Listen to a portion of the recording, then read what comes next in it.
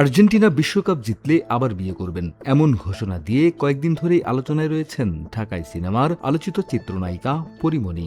ফাইনালের আগে তিনি জানান, মজার ছলে দেওয়া সেই পোস্টটি এখন তার জন্য কাল হয়ে দাঁড়িয়েছে। চূড়ান্ত ম্যাচে আর্জেন্টিনাকে হারিয়ে স্পেন বিশ্ব চ্যাম্পিয়ন হওয়ায় তার সেই বিপদ কেটে গেল। ফেসবুকে একটি পোস্ট দিয়ে মজার ছলে আর্জেন্টিনার সমর্থক পরীমনি বলেন, বিয়েটা আর করতে হলো না, এই আর কি। এছাড়া আর্জেন্টিনার প্রতি ভালোবাসার কথাও জানান তিনি। পরীমনি লেখেন, আর্জেন্টিনার প্রতি আমার ভালোবাসা চিরদিন থাকবে। ভালোবাসার আর্জেন্টিনা, আবার দেখা হবে। ফার্ম ফ্রেশ পাস্তুরিত তরল দুধ, বেশি ভালো দুধ।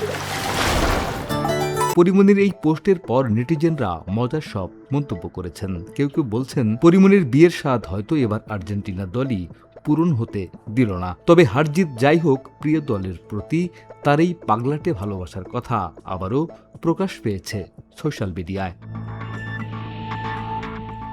এর আগে তিনি জানান, আর্জেন্টিনা ফুটবল দলের প্রতি ভালোবাসা প্রকাশ করতে মজার ছলে বিয়ে নিয়ে পোস্টটি করেছিলেন। তবে সেটি যে এতটা আলোচনার জন্ম দেবে তা কল্পনাও করেননি।